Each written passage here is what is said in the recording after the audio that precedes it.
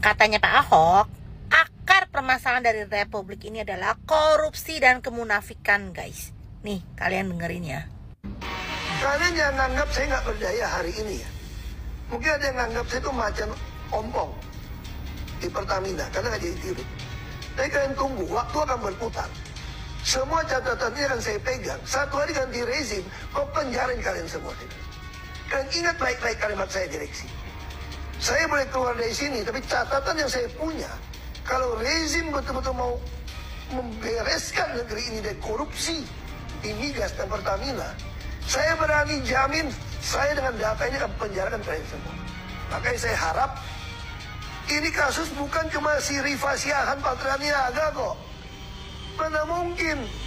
Saya kira oknum BPK bisa terlibat. Anda yang audit kok. Ini bukan beyond. Ini ada tangan yang berkuasa ikut main kalau menurut saya gitu loh.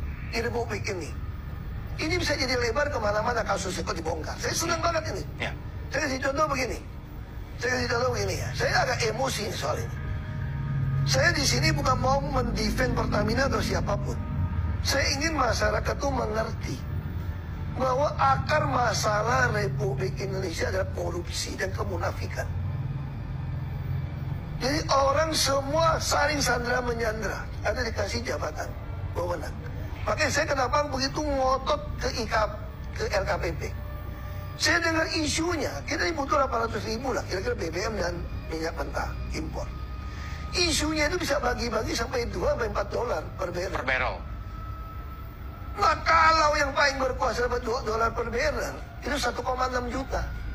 Makanya saya bilang, pemerintah saat ini, kalau tidak mau memperlakukan e-katalog di LKPP pengadaan bahan migas, saya berani jamin cuma mau ganti pemain.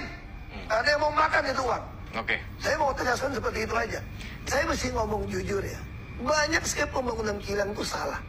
Termasuk kilang Balikpapan, kalau diperiksa banyak masuk penjara. Bagi saya sederhana, kalau pemerintah sekarang mau membereskan soal Pertamina, membereskan soal pengadaan, taruh di katalog RKPP. Okay. Kalau Anda tidak kasih, semua orang akan curiga Anda sedang mau ganti pemain. Kalau ini berlalu seperti ini, hanya ganti pemain.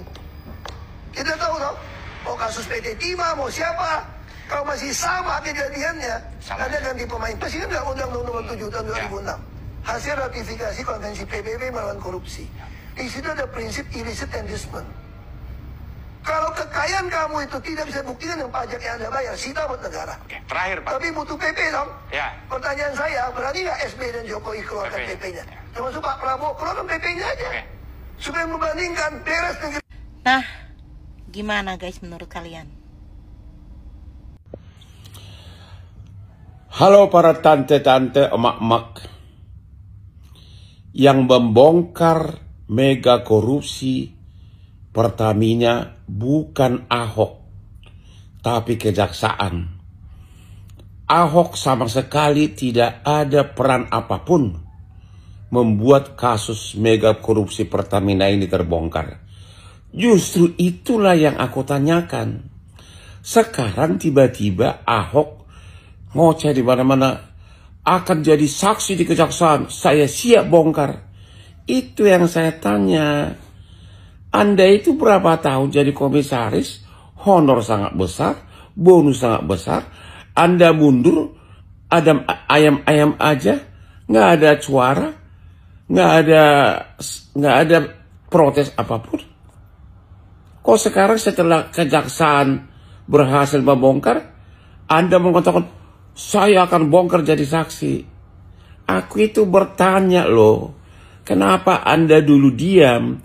Bilang aja nggak tahu sama sekali, selesai. Tapi kalaupun nggak tahu sama sekali, komisaris ini mega korupsi yang sangat besar bertahun-tahun. Jadi ngapain kau selama ini? Aku cuma nanya, nggak nuduh. Halo para monyong-monyong. Gaji fantastis dari pemimpin Pertamina yang kemarin ditangkap KPK. Lumayan fantastis, dan kita bandingkan yuk dengan para pemimpin luar negeri dan juga rata-rata di Indonesia. Pak Yoki sekitar 200 jutaan per bulan.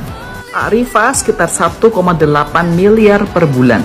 Dan Pak Sani sekitar 1 sampai 2 miliar per bulan.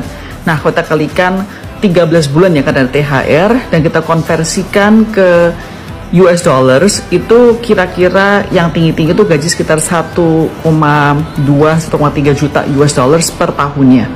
Di Indonesia rata-rata CEO gajinya mereka per bulan adalah 500 jutaan rupiah. Di luar negeri, JP Morgan, satu bank terbesar di dunia, pemimpinnya Jamie Dimon, dia gaji pokok ya teman-teman ya, sekitar 1,5 juta US dollars per tahun. Gaji Sundar Pichai adalah pemimpin daripada Alphabet yang adalah holding company daripada Google, adalah 2 juta US dollars per tahun.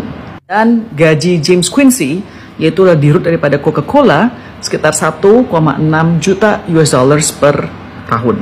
Ingat ya teman-teman, ini adalah gaji pokok, tidak termasuk dengan bonus, stock options, dan kompensasi yang lain. Menurut kalian, apakah Direktur Pertamina kekurangan gajinya? Makanya harus melakukan hal-hal yang di luar gaji tersebut.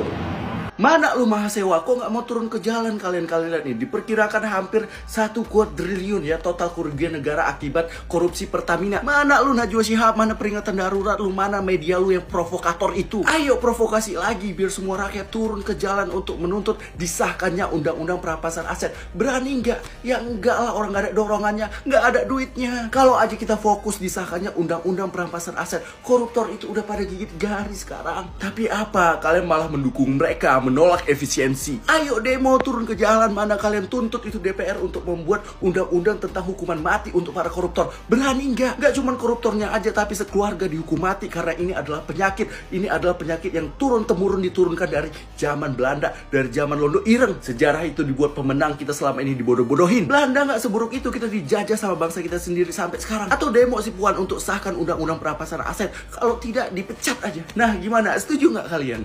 Menteri BUMN Erick Thohir bantah kecolongan di kasus korupsi Pertamina.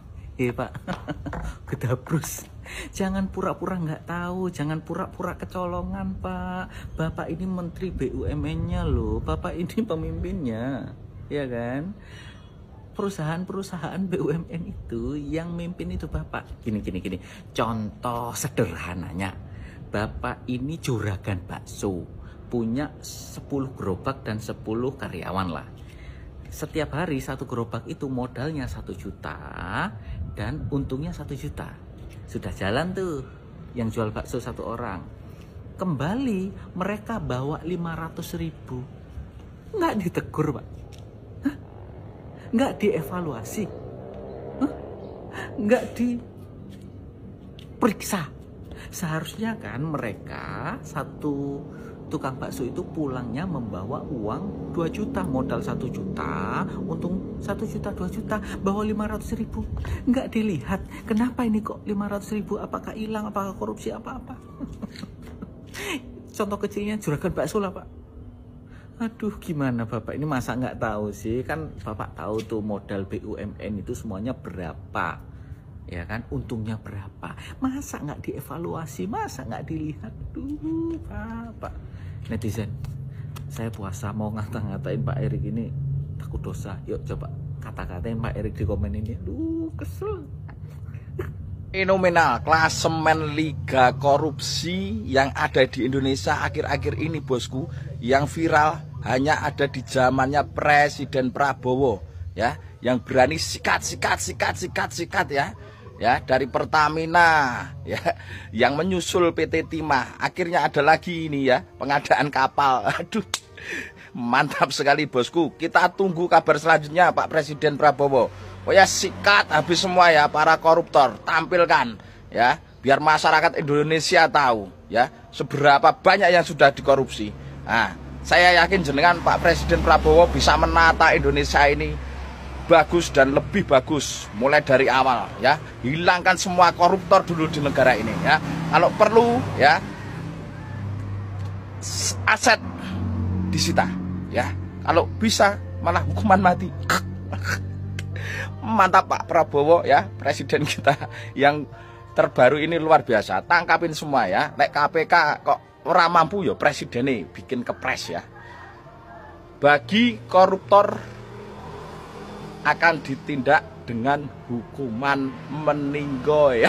Mantep bosku. Salam dari Lesa Bikin Raja, gas terus Pak Prabowo, sikatin semua koruptor biar korupsi hilang dari Indonesia ini ya. Biar semua sumber daya manusianya lebih bagus, sumber daya alamnya bisa dinikmati oleh seluruh warga Indonesia. Indonesia ini bisa lebih maju. Karena apa? Koruptornya hilang. Mantap ya. Liga yang paling berkesan adalah mantap, inilah satu-satunya liga ya yang paling mantap.